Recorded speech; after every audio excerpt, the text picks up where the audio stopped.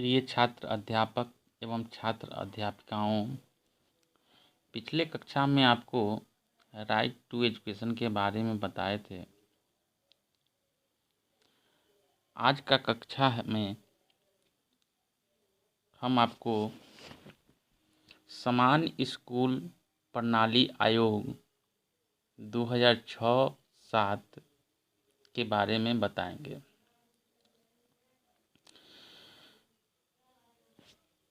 शिक्षा में सुधार के लिए बिहार सरकार ने मानव संसाधन विकास विभाग ने 8 अगस्त 2006 को एक अधिसूचना जारी करके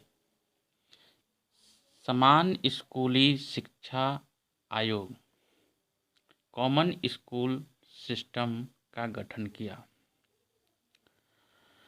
भारत के पूर्व विदेश सचिव प्रोफेसर मचमुंद नाथ दुबे इस आयोग के अध्यक्ष एवं दिल्ली विश्वविद्यालय के पूर्व शिक्षा संकाय अध्यक्ष डॉक्टर अनिल सदगोपाल सदस्य बनाए गए। वहीं बिहार सरकार के तत्कालीन शिक्षा आयुक्त एवं सचिव डॉक्टर मदन मोहन झा इसके सदस्य सचिव बनाए गए। 11 माह के कार्यकाल पूरा करने के बाद आयोग ने 8 जून 2007 को बिहार सरकार को अपना रिपोर्ट सौंप दिया। रिपोर्ट सौंपने के बाद आयोग का कुछ सुझाव जो इस प्रकार है। पहला है, सरकारी, निजी तथा अन्य प्रकार के विद्यालयों एवं विभिन्न शैक्षिक धाराओं के ढांचों और उपलब्ध शैक्षिक सुविधाओं को शामिल करते हुए राज्य की वर्तमान स्कूल प्रणाली एक व्यापक अध्ययन संचालित करना। दूसरा है, राज्य के सभी बच्चों के लिए उचित गुणवत्तापूर्ण शिक्षा सुनिश्चित करने हेतु मानक एवं मापदंडों तथा अन्य आवश्यक प्रावधानों की अनुशंसा करना और इसके वित्तीय निहितार्थों का आकलन करना। तीसरा है, संविधान के अनुच्छेद 21A के अंतर्गत मुफ्त और अनिवार्य शिक्षा के बच्चों के मौलिक अधिकार को सुनिश्चित करने की दृष्टि से समान स्कूल प्रणाली के लिए एक ढांचे की अनुशंसा करना। चौथा है, राज्य के समान स्कूल प्रणाली के क्रियान्वयन हेतु एक कार्य योजना तैयार करना। पांचवा है, समान स्कूल प्रणाली के गठन के सिलसिले में गांधी के बुनियादी विद्यालयों की गति निर्धारित करना। अब इस आयोग के द्वारा कुछ प्रमुख अनुशंसाएं जो इस प्रकार है। शिक्षा के अधिकार को यदि शैक्षिक अवसर की समानता और सामाजिक न्याय के साथ न जोड़ा जाए तो यह वाग विलास बनकर रह जाएगा। दूसरा है, राज्य को महज अपने कल्याणकारी या मानवतावादी एजेंडा के अंग के बतौर ही नहीं बल्कि अपने सर्वोच्च कर्तव्य के बतौर इस अधिकार के प्रति क्रियाशील होना चाहिए। तीसरा है, संविधान में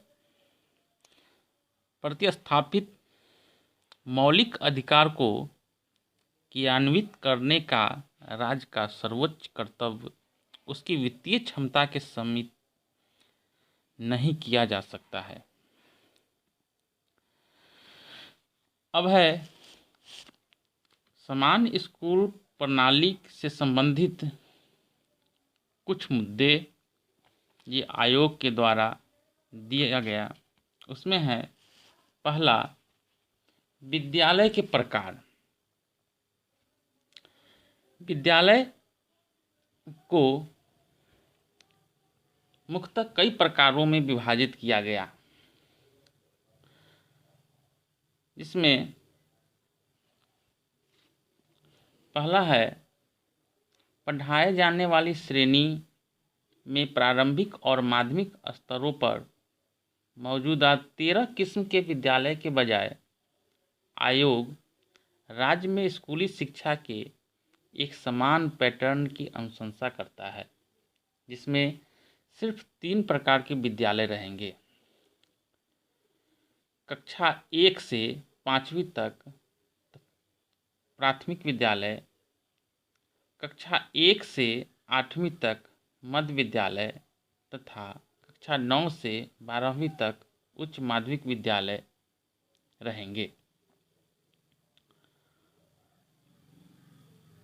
हर प्राथमिक और मध्य विद्यालय के साथ 1 वर्ष का बाल वर्ग भी जुड़ा रहेगा। तीसरा है कक्षा 1 से 5वीं तक के विद्यालय प्राथमिक विद्यालय और कक्षा 1 से 8वीं तक के विद्यालय मध्य विद्यालय कहलाएंगे, जबकि कक्षा 1 से 8वीं तक की शिक्षा प्रारंभिक शिक्षा कहलाएगी।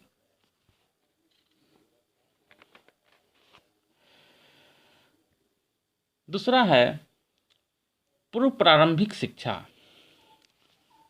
आयोग के द्वारा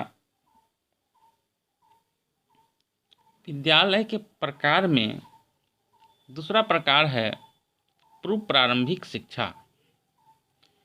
बिहार को समान स्कूल प्रणाली के अंग के बतौर 1 वर्ष की मुफ्त और अनिवार्य पूर्व प्रारंभिक शिक्षा के सर्वव्यापीकरण में अग्रणी स्थान प्राप्त करना चाहिए। यह बच्चों की देखभाल और शिक्षा के बारे में संविधान के प्रासंगिक प्रावधानों की भावना सर्वव्यापीकरण पर सर्वोच्च न्यायालय के निर्देश और बच्चों के अधिकारों पर संयुक्त राष्ट्र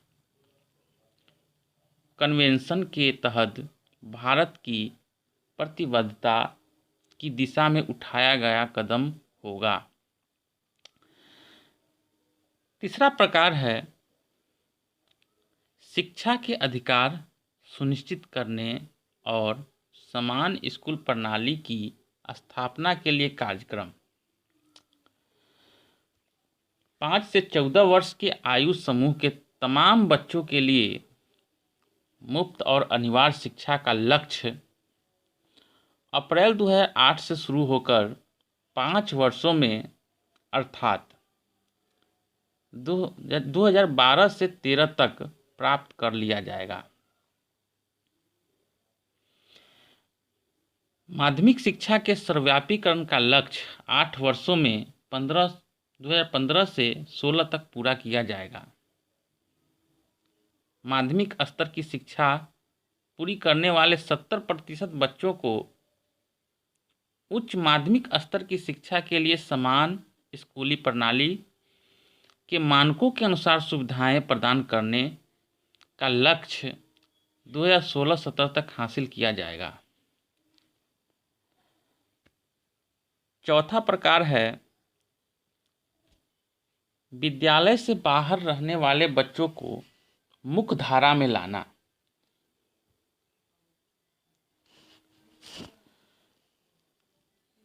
सात से 9 वर्ष की आयु वर्ग के ऐसे बच्चों को 1 वर्ष के अंदर और 9 से 14 वर्ष के आयु समूह के बच्चों को 2 वर्ष के अंदर मुख्य धारा में लाया जाएगा। 5वां प्रकार है मुफ्त शिक्षा के तत्व, पुस्तकों और लेखन सामग्री।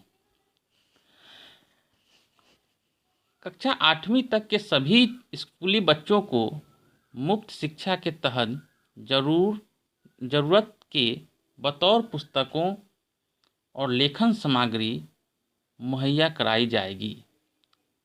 लेखन सामग्री में निर्धारित कार्य पुस्तक, चित्रांकन पुस्तिका, रंग बॉक्स, शिक्षण उपकरण और सामग्रियां शामिल हैं। छठा प्रकार है मध्याह्न भोजन।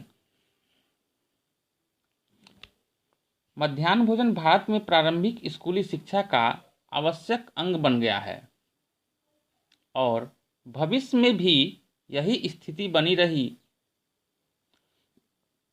और भविष्य में भी यही स्थिति बनी रहने की संभावना है। यह जीवन के अधिकार के तहत माना गया है। सातवां प्रकार है विकलांग बच्चों की शिक्षा। समान स्कूली प्रणाली के अंतर्गत समावेशी विद्यालय होंगे जहां शारीरिक या मानसिक रूप से विकलांग बच्चों को पढ़ाए जाएंगे। आठवां है साइकिल की आपूर्ति। कक्षा 9वीं से 12वीं तक की उन तमाम छात्राओं को मुफ्त साइकिल मुहैया कराई जाएगी। विद्यालय पहुंचने में 3 किलोमीटर से ज़्यादा दूरी तय करनी पड़ती है।